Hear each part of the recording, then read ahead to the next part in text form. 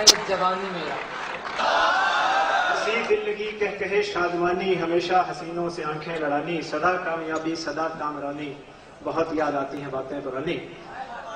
اب ہماری جوانی کا قصہ 11 ستمبر سے بڑی آفت ہے یا نہیں، اس کا فیصلہ تو جارج بش ہی کریں گے، مگر مجھے اتنا یاد ہے کہ ایام طفلی سے ہی فدوی 20 سال سے زائد عمر کی خواتین کی گود میں جانے سے انکاری رہا ہے۔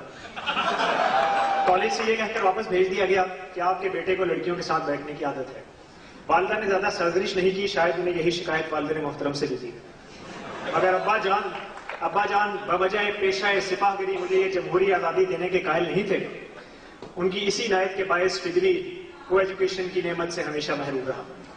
خیر، میٹرک کرنے کے بعد نیوی سے منسلک ہوئے اور اس کے بعد ہمت کا علم موجوں پہ قدم۔ نیول اکیڈمی کے آس پاس صنف نازک کا وجود اتنا ہی ناپید تھا جتنا ریما کے رقص سے آزا کی شاعری، اور ہر کھانے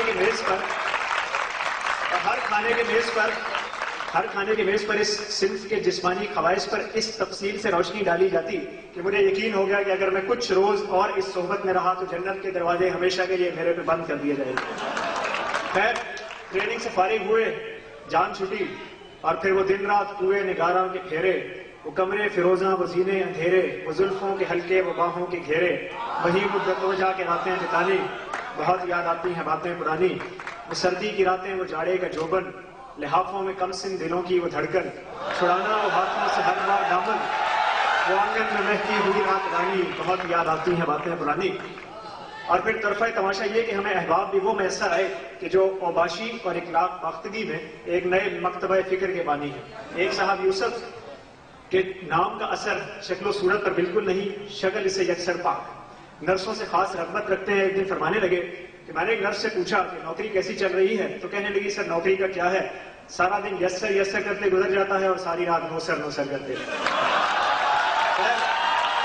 ایک اور کامران صاحب سل ہے بہشت، مکی ادھر کے بھی جلوے ادھر کے دیکھتے ہیں، بہت بار ریہرسل کی۔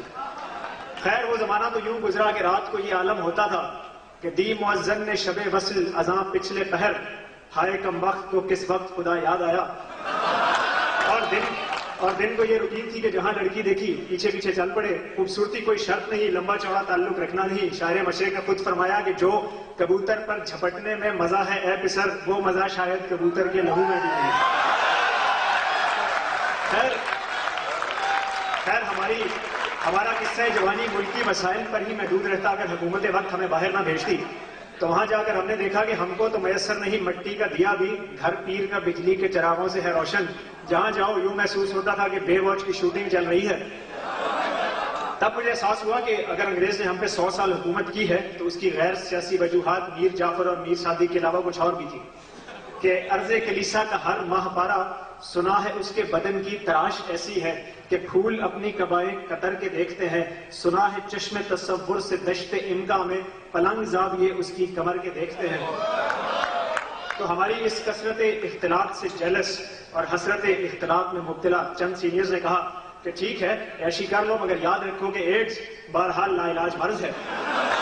مگر میں نے اس چیز کا کوئی غم نہیں لگایا، کوئی حفاظتی تدابیر اختیار نہیں کی، کیونکہ مومن ہے تو بے تیغ بھی لڑتا ہے سپاہی۔ اس کے بعد وہ شب و روز یوں گزرے، دم دے کے چلنا کہ کشتی چلی جائے جیسے کمانی، بہت یاد آتی ہیں باتیں پرانی۔ سجی خلوتوں میں کبھی شغل مینا، وہ محبوبہ خوش ادا خوش کرینہ، کبھی اس کے ہاتھوں سے ضد کر کے پینا، کبھی اپنے ہاتھوں سے اس کو پلانی، بہت یاد آتی ہیں باتیں پرانی۔ خیر، یورپ سے واپسی پر مایوسی تو بہت ہوئی، مگر جلد ہی دور بھی ہو گئی، کیونکہ ماشاءاللہ ہمارا ملک بھی کسی سے پیچھے نہیں ہے۔ ذرا نم ہو تو یہ مٹی بڑی زرخیز ہے ساتھی۔